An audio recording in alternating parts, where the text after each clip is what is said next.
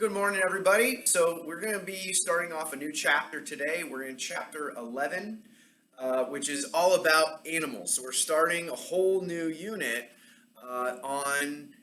we're talking about, this is invertebrates. And an invertebrate is simply any kind of animal that's not going to have a backbone. Now, the opposite of that would be a vertebrate. These are animals that do have backbones. And the thing to remember is that most species of animals that live on planet Earth are going to fall into the invertebrate category. In fact, most of those are going to be insects. But if we take a look on page 414, we're going to be talking about different types of symmetry. Now, symmetry is just a term that refers to the shape of something. And in life science, often when we're looking at the shape or the form of an organism, that's going to be telling us something about that organism. So symmetry is basically talking about what or how many lines can I divide an organism into in order for me to get a mirror image. And depending on how many mirror images I'm going to be able to get or divide that organism into, it's going to tell me something about the complexity of that organism. So the very first type of symmetry we're going to be looking at is over here, is referred to as asymmetry. Now, when you put that A in front of a word, just like the word asexual, it literally just means no, or without, or it doesn't have it. Okay, so in this case, animals that lack symmetry, those are often going to be very simple kind of organisms. So over here, I've drawn a picture of a type of tube sponge.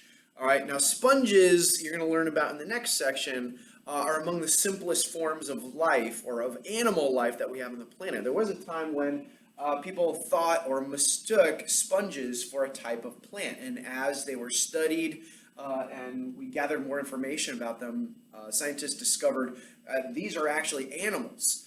They consume their food. They don't perform photosynthesis. I actually have the skeleton of a sponge right here. Now, this might look like an ordinary house sponge that you might use to clean your dishes with. And if you watch the Jonathan Bird video, one of the things they talk about is the fact that most sponges that we use today are synthetic sponges. They're manufactured from artificial materials. But several decades ago, before we had artificial sponges, people used to use actual sponges that we plucked from the sea. Kind of like SpongeBob SquarePants, except these sponges are not square. They have odd asymmetrical bodies. And because of that, they are among the simplest forms of life. Okay. The next kind of symmetry, we're going to call that radial symmetry. The thing to understand about radial symmetry, or animals that have radial symmetry, one, most of them are going to live in the oceans or in some kind of watery environment. Okay. And that word radial simply just means almost like circular. That for these kinds of animals, you're going to be able to draw many lines of symmetry. So kind of like this sea star I have up here. So I can draw a line of symmetry here, and I can divide that animal's body in half and get two mirror images, okay? Except for radial symmetry, I can also draw a line of symmetry here and get two mirror images. I can draw a line of symmetry here, or here, or here. Now, one of the things to notice about all these lines of symmetry that I'm drawing is that they all have a central point where they're meeting in the middle, okay? And this is going to be true for animals like jellyfish, sea anemones, and sea stars, which I have an example of one right here, okay? Now, a lot of people call these starfish, which is actually kind of a misnomer because starfish are not fish at all. It's kind of one of those things where when people were naming animals, if it lived in the ocean, it was a fish, all right? But these days, we understand that just because something lives in the ocean doesn't necessarily make it a fish. So they're not really starfish. Scientists just call them sea stars today. All right, and those are going to be a little more complex than sponges. So sponges don't really move very much.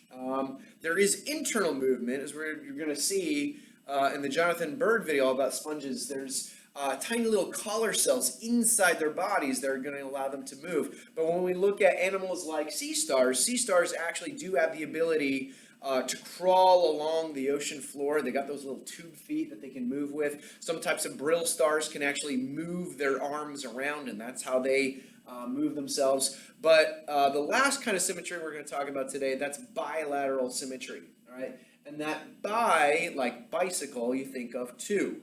All right, so for bilateral symmetry, I'm going to be able to draw one single line down the center of this kind of animal, and that's just going to give me two images that are the same as each other. And this is going to go for all kinds of different animals you can think of. In fact, human beings fit into this category. We have bilateral symmetry, where if you draw an imaginary line down the center, you would have two mirror images. Okay, that's going to be true for mammals like rabbits or horses or ducks. It's going to be true of fish and these guys.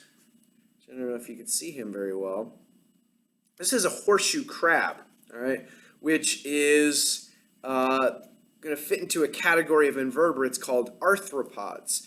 Arthropods are going to include things like insects, crabs, other crustaceans. Now, this thing is called a horseshoe crab, but what's really interesting about these guys is they're not actually crabs at all. They're more closely related to spiders and scorpions. So they're a type of arachnid, but they live in the water. So most people mistake them as true crabs, or we would call them decapods. But in this case, a horseshoe crab is not a decapod, it's arachnid. But like other kinds of arthropods, it's going to have bilateral symmetry. Now, organisms with bilateral symmetry are going to even be more complex than organisms with radial symmetry. So organisms with bilateral symmetry often have nervous systems with brains. They're going to have sophisticated sense organs.